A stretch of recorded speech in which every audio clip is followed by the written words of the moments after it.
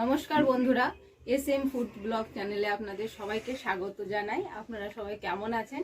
আশা করি সবাই ভালোই আছেন। তো আজকে আমার বাবা মাছ বাজারে গিয়ে বড় বড় গলদা চিংড়ি নিয়ে এসেছে। দেখুন কত বড় বড় ঠ্যাং রয়েছে। মাছটা কিন্তু অনেকটাই বড়। আমি অনেকগুলোই নিয়ে নিয়েছি এখানে।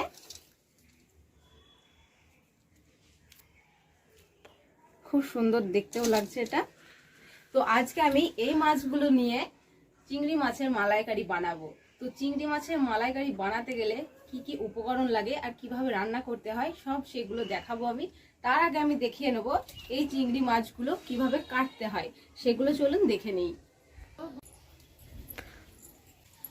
আমি এখানে পেপারটা আর বটিটা নিয়ে নিলাম।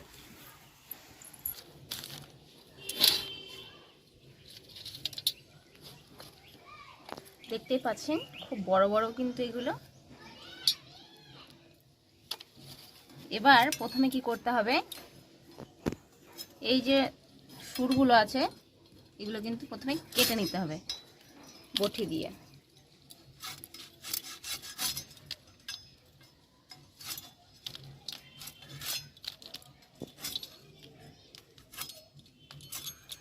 এই যে দুটো ঠ্যাং দেখছেন আপনি, এগুলো কিন্তু আমি রাখবো সাইডে, ওটা পরে কাটবো।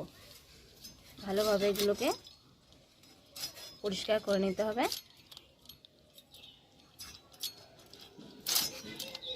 এবার এই যে সুরটা দেখছেন, বড় শক্ত সুরটা, এটা কিন্তু আমি কাঁচি দিয়ে কাটবো।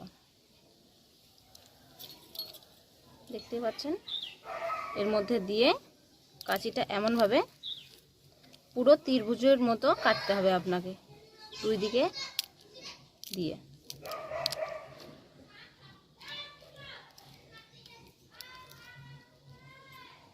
দেখতেই পাচ্ছেন এটা কিন্তু উঠে গেল। এবার কি করতে হবে, হাত দিয়ে আপনাকে পরিষ্কার করতে হবে। দেখতেই পাচ্ছেন উঠে চলে আসছে, হালকা দাবালেই আমি এটা পুরোটা পরিষ্কার করব।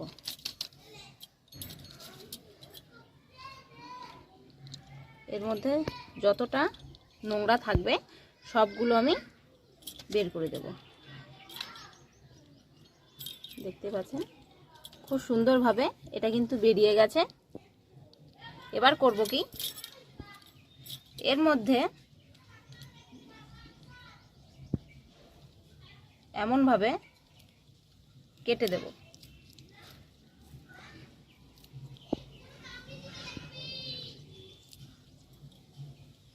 কেটে দিয়ে এমনভাবে তুলে নেব। এটা খোসাটা বটি দিয়ে ভালোভাবে ছাড়িয়ে নিতে হবে। দেখতে পাচ্ছেন এই দিকের খোসাটাও আমি সেম ওরকমভাবেই ছাড়িয়ে নেব। আমি কিন্তু এই লেজের এই দিকটা ছাড়াবো না। এবার আমি করব কি, বটি দিয়ে হালকাভাবে চিড়ে নেব। এটাকে আমি চিড়ে নিলাম। এবার এটা দিয়ে লম্বা একটা দেখুন শিরের মতো আছে, এটা কিন্তু মাছের নাড়ি ভুঁড়ি। এটা আমি হালকা হাতে টান দিলেই চলে আসলো। এটা আমি ফেলে দেব। আমার এটা ভালোভাবে পরিষ্কার করা হয়ে গেছে। এবার এগুলো আমি রেখে দিলাম।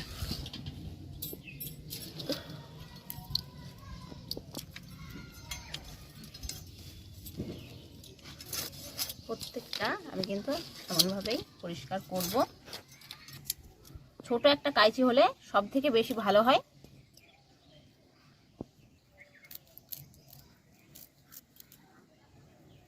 আমি কিন্তু ছোট কাঁচি দিয়েই করছি। দেখতেই পাচ্ছেন এটা ভালোভাবে উঠে গেল। এবার এর মধ্যে আমি হালকা টান দিলাম, পুরোটা ভালোভাবে নোংরাটা বেরিয়ে আসলো।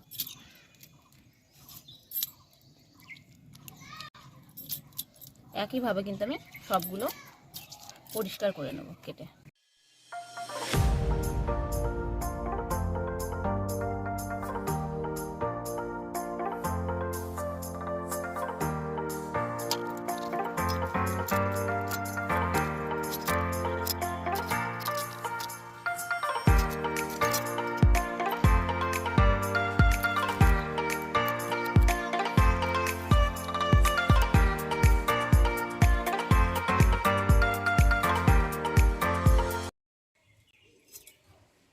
মা গো, তোমার জামাই থাকলে না খুব ভালো হতো জানো। তোমার জামাই কিন্তু আজকে মিস করে গেল। জামাই এখন অফিসে ব্যস্ত মনে হয়।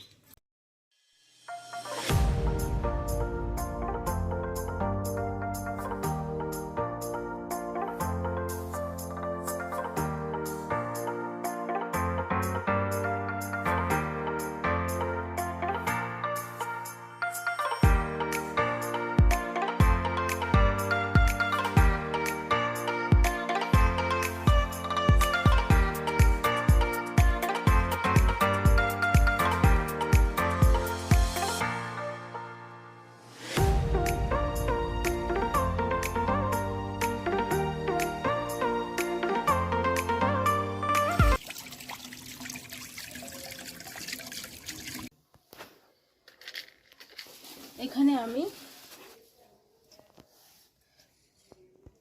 হলুদ,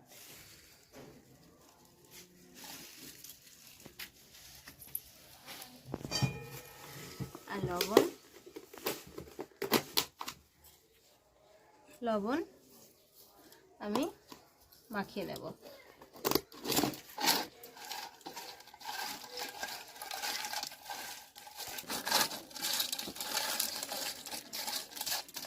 এটাকে ভালোভাবে মাখিয়ে আমি 5 মিনিটের মতো রেখে দেব।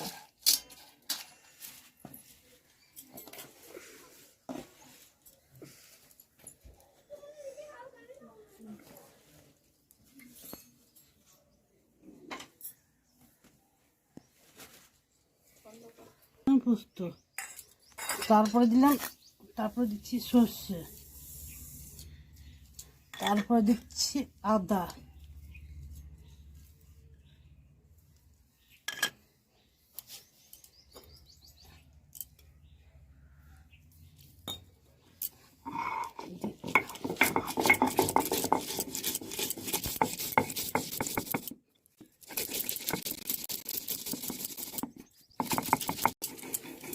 মা ওদিকে মশলাটা বাটতে থাকুক, আমি এদিকে নারকেলটা ফাটিয়ে কুড়ে নিই।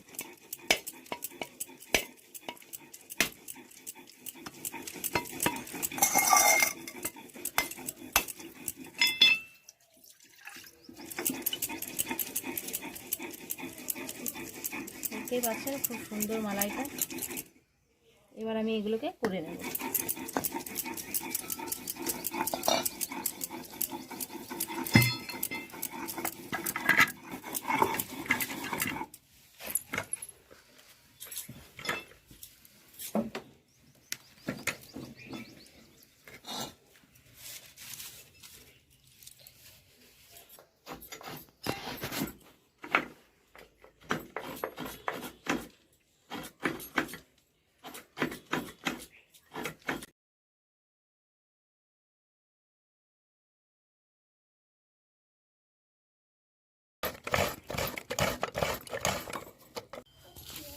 আমাদের নারকেল কোড়া হয়ে গেছে।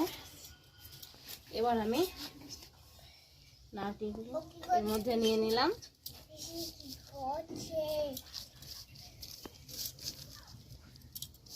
সবটা ভালোভাবে নিয়ে নিলাম আমি।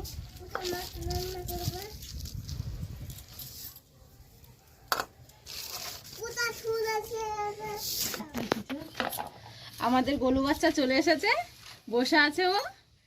এবার সারা দিন ও বক বক বক বক করেই যাবে।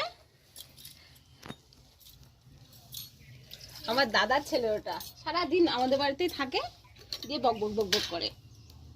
এবার আমি এর মধ্যে জল দিয়ে দিলাম 1 গ্লাস। ভালোভাবে এবার এটাকে মাখিয়ে নেব, আমি মুচড়ে নেব ভালোভাবে। ভালোভাবে মুচড়ে নেওয়ার পরে আমি ছাকনাতে করে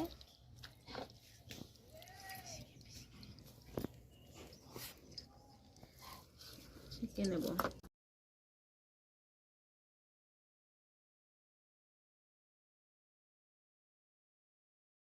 এমনভাবে পুরোপুরি আমি কিন্তু নারকেলের দুধটা বের করে নেব।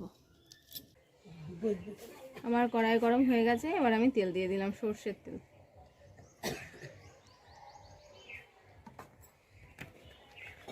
আমার তেল গরম এখানে হয়ে গেছে, এবার আমি মাছগুলো ভেজে নেব।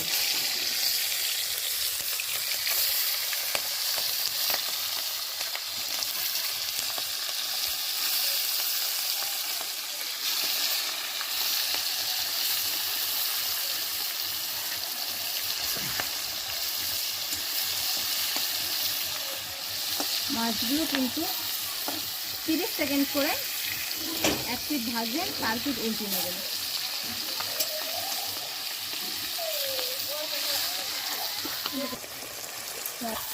মাছ ফ্রাই করা হয়ে গেছে, আমি কিন্তু নামিয়ে নেব।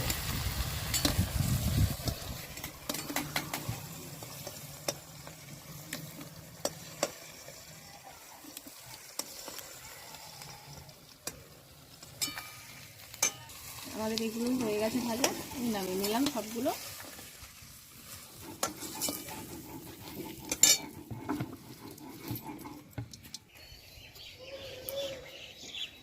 তেল দিয়ে দিলাম,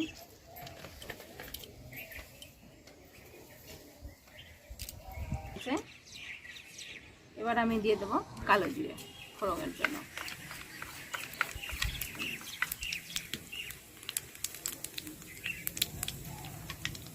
তার সাথে দিয়ে দিলাম শুকনো লঙ্কা,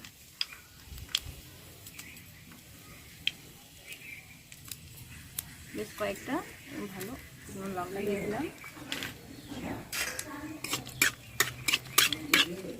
তার সাথে আমি দিয়ে দিলাম 2টো তেজপাতা,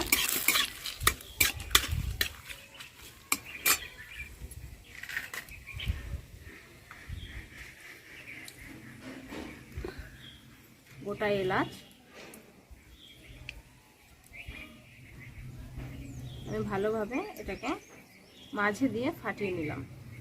গোটা এলাচ, দারচিনি, একটা জয়িত্রী, আর বেশ কিছুটা গোলমরিচ, সাদা গোলমরিচ।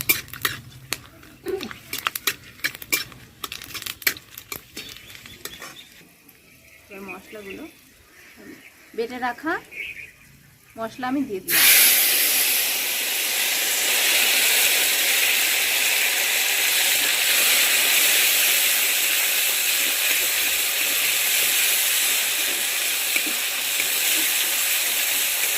লবণ,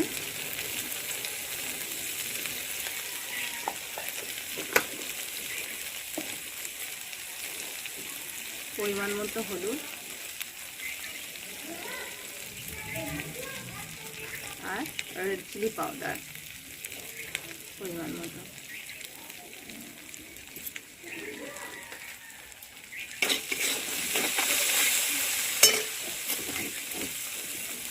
ভালোভাবে কষিয়ে নিতে হবে।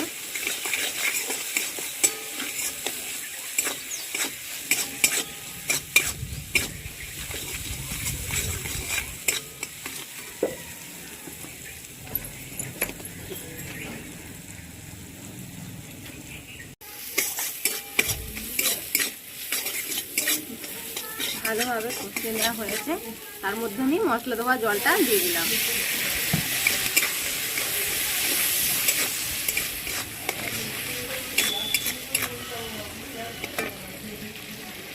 এবার আমি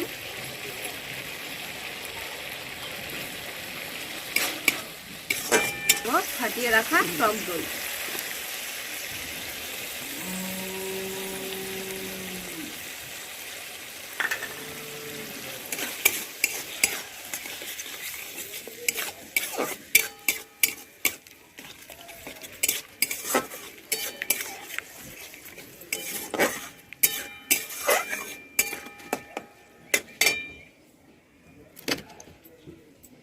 ভালোভাবে এটা হতে থাকুক। যখন ফুটে উঠে যাবে তারপর আমি দিয়ে দেব নারকেলের দুধ।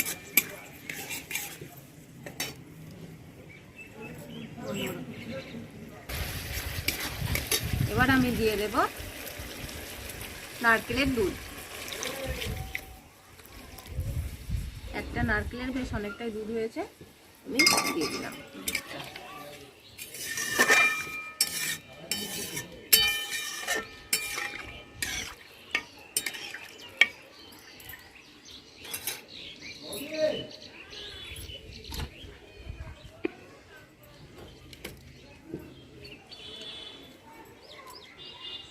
যতক্ষণ না ফুটে উঠবে ততক্ষণ কিন্তু এই মাছগুলো দেওয়া যাবে না।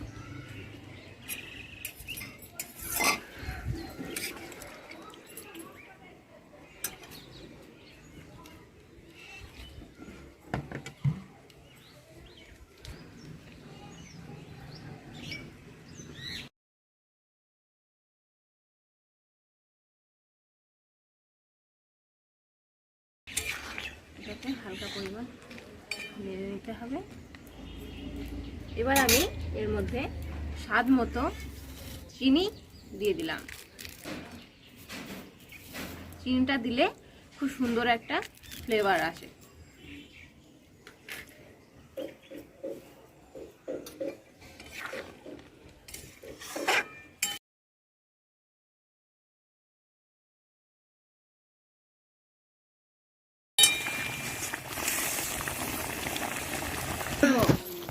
ভালো করে আবছা না ওঠে যেন। আমাদের চিংড়ির মালাই কারি মোটামুটি আমাদের হয়ে এসেছে। এবার এর মধ্যে আমি দিয়ে দেব 1 চামচ মতো দেশি ঘি।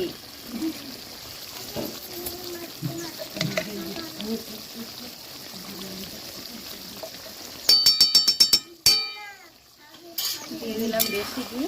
এবার আমি ভালোভাবে মাখিয়ে নিয়ে আমি নামিয়ে নেব।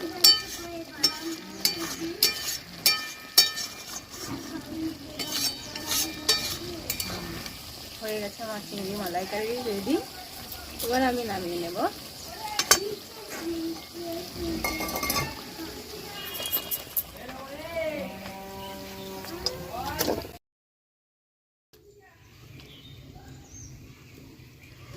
ভালোভাবে পুরো মশলাটা নামিয়ে দিলাম গ্রেভিটা। আমি চিংড়ি মাছের মালাইকারি তৈরি করে নিয়ে চলে এসেছি।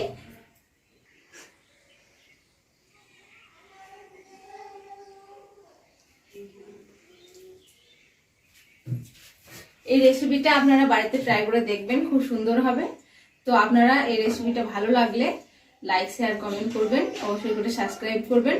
আজকের মতো টাটা, দেখা হচ্ছে আপনাদের সাথে নতুন একটা ভিডিও নিয়ে। তো আমি আমার বাবাকে আর ভাইপোদেরকে আমি খেতে দিয়ে দিয়েছি। চিংড়ি মাছটা খেয়ে বলবে ওরা কেমন হয়েছে। কেমন হয়েছে রে রোহন? আচ্ছা বাবা, কেমন লাগছে? আচ্ছা, থ্যাংক ইউ। তো শুনতেই তো পেলেন আপনারা, খেতে খুব সুন্দর হয়েছে। বাড়িতে আপনারা ট্রাই করে দেখবেন এরকমভাবেই। আজকের মতো টাটা।